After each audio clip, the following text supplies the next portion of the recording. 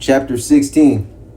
At this point, with the defection of Vincent Chente Arroyo, the NF's most respectable OGB member, Rafael Oldman Rafa Rubio, and Robert Brown Bob Viramontes, the two remaining OGB members could no longer see eye to eye.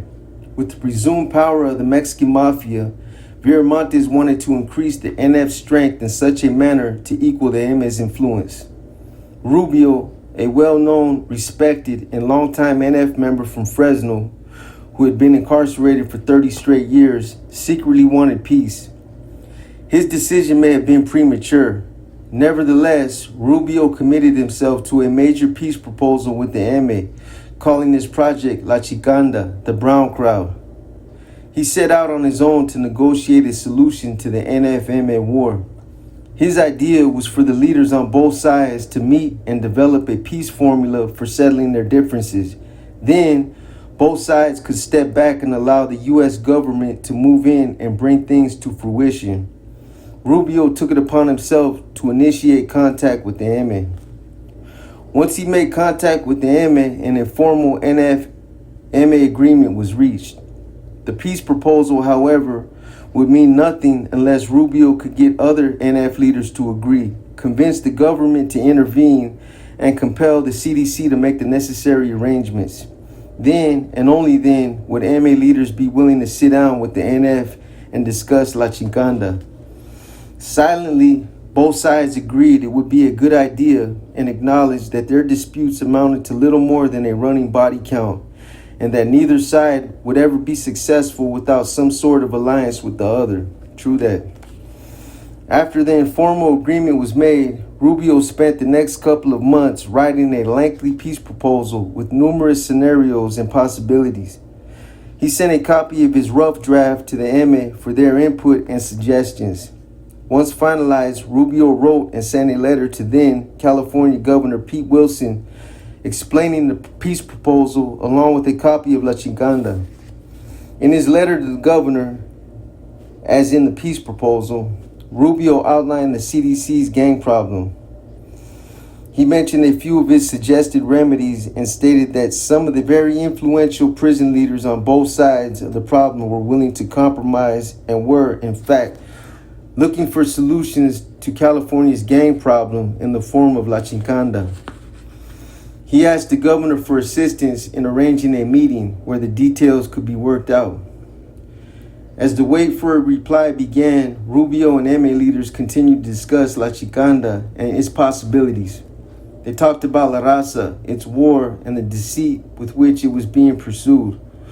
Both sides admitted to being tired of all the lies, the trickery, and of having to mislead their own people against one another.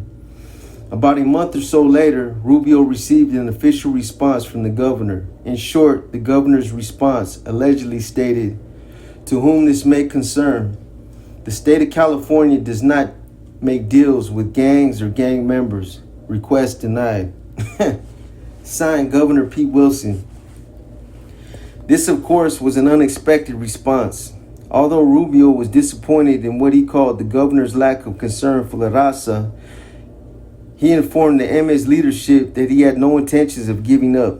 His own thoughts about the future increasingly focused on returning to the old ways.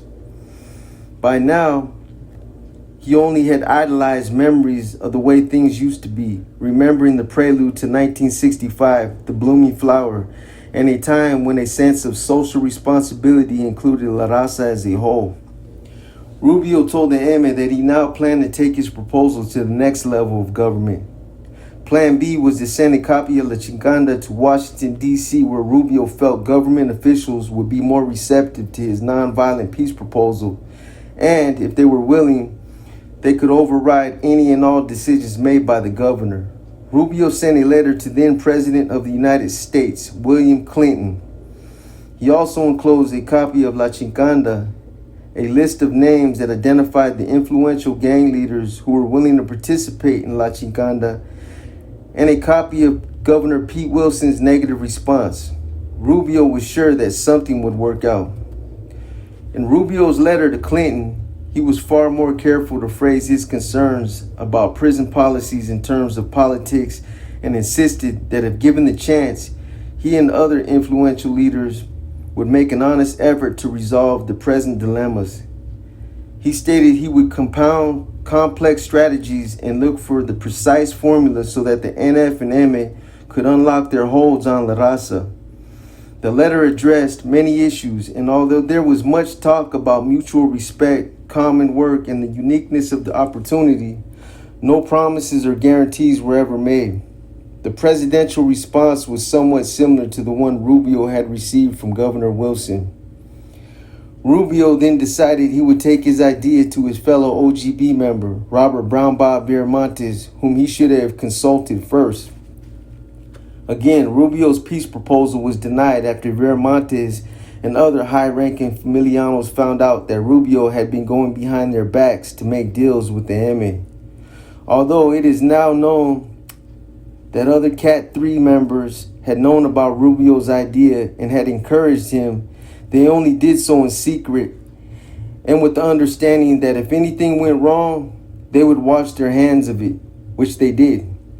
Rubio was left out in the cold and on his own. He was eventually charged with treason, hit, and expelled as an NF member. This, in turn, caused NF an additional leadership void dilemma. Overnight, there were now 2 OGB vacancies, and all other high-ranking NF members quickly began jockeying for position. After Rubio was expelled from the fold, exactly what authority Brown Bob's cellmate Arthur Big Smiley Ramirez and other Cat 3s ought to have became the subject of much discussion. Even before any actual plans were made, various rumors were floating around pertaining to the NF's future. As usual, Big Smiley was in the middle of it, and he began hinting at the idea that he should be given the title of boss of all bosses, whose authority would be just under the OGB. Big Smiley, knowing he would never be voted into the OGB, seemed to have invented this position for himself, and Viramontes would later regret he hadn't opposed it. Upon hearing what Big Smiley was up to, Pablo Pantera Peña, a high-ranking Cat 3 member, and the overall security and D facility immediately opposed Big Smiley's aspirations, calling them self-serving and distorted. Regardless of his like or dislike for Big Smiley, Pantera was adamant that the FC project should not have a boss of all bosses. Furthermore, Pantera implied that a 3-member OGB would never allow Big Smiley or any other familiano to have that much power or authority, no matter what Viramontes had to say about it. Pantera was, in fact, all for the FC project, but not on Big Smiley's terms. He felt Big Smiley was overstepping his authority and that it would only be a matter of time before internal confrontations would arise. Big Smiley disagreed. He was sure the FC project was the cutting edge that the NF was looking for.